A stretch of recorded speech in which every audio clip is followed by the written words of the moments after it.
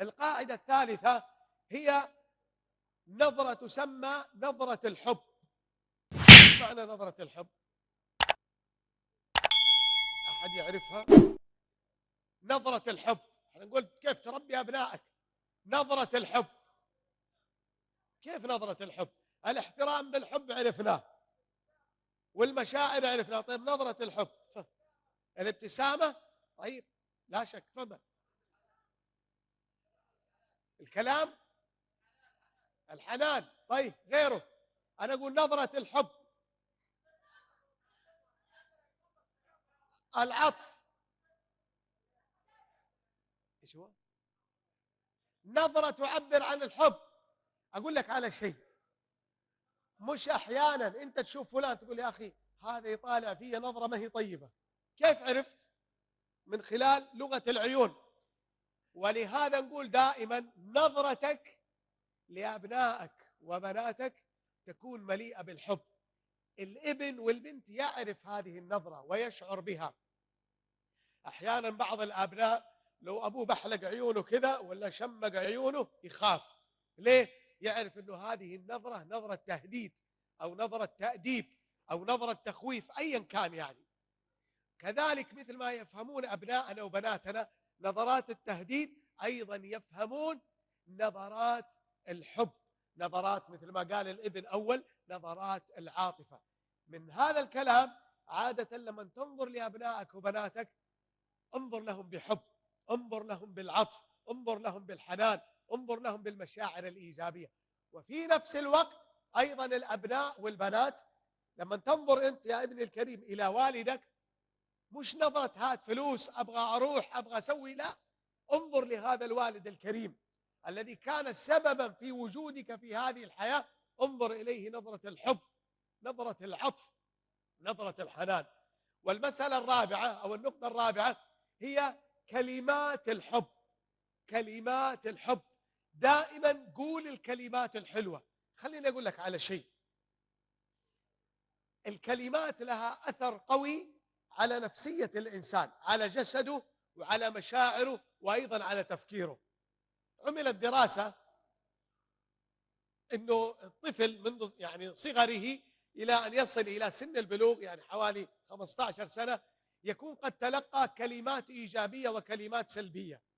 الكلمات الإيجابية كانت جدا جدا ضئيلة مقارنة بالكلمات السلبية. هذه الدراسة هي عملت في أمريكا، 148 ألف كلمة سلبية تلقاها الطفل من الطفولة إلى سن البلوغ، بينما الكلمات الإيجابية عددها جدا ضئيل، 300 إلى 400 كلمة فقط، وهناك 148 ألف كلمة. إذا كلمات الحب يحتاجها الإنسان.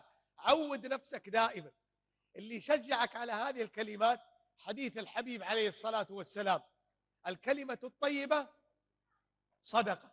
خلوني أسأل الأبناء، ما هي أنت الآن خرجت من البيت، بس أبغى أبنائي يكونوا صادقين كعادتكم. خلاص، أنت وأنت خارج من البيت ما هي آخر كلمة قلتها لوالدك أو والدتك بصدق يعني؟ إيش قلت؟ تفضل ارفع صوتك. قلت لمين، لوالدك ولا لوالدتك؟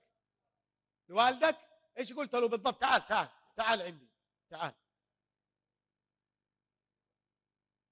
خليك سريع. تعال يا ابني تعال.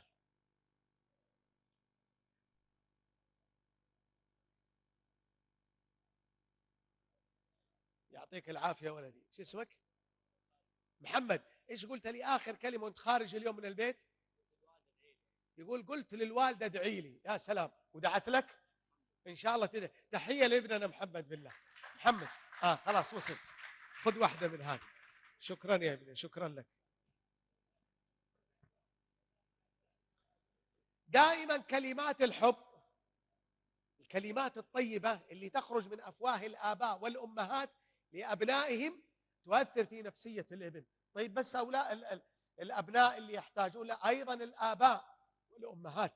أنا لما أخرج من البيت وأقول لوالدي يا ابوي الله يرضى عليك ادعي لي انا مسافر، ادعي لي عندي اختبار.